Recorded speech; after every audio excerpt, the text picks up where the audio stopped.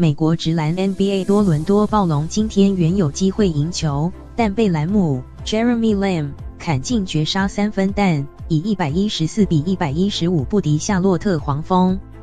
暴龙林书豪今天只上场6分钟，没有拿下分数。暴龙克服14分落后，在中场前1分24秒扳平战局，靠着雷纳德 Kawhi Leonard 在比赛结束前45秒的跳投命中，要到2分领先。雷纳德随后又盖了华克 Kemba Walker 一记火锅，让暴龙看见赢球契机。但黄蜂的兰姆砍进压哨3分球，让暴龙1分之差遭黄蜂绝杀。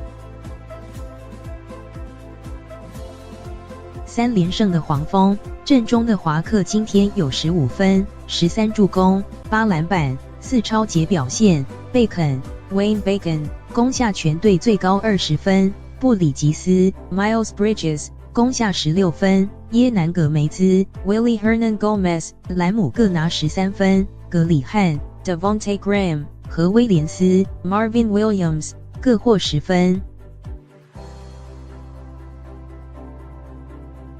雷纳德为暴龙拿下28分，西亚坎 Pascal Siakam 挹注23分，贾索 Marc Gasol 获得17分，范弗利特 Fred VanVleet 有12分进账，鲍尔 Norman Powell 和伊巴卡 Serge Ibaka 都获10分。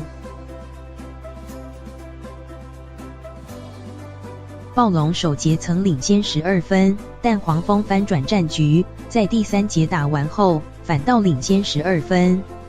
暴龙的林书豪今天只替补上场打了6分钟，有1次出手落空，虽无得分记录，但有1篮板、1助攻、1组攻进账。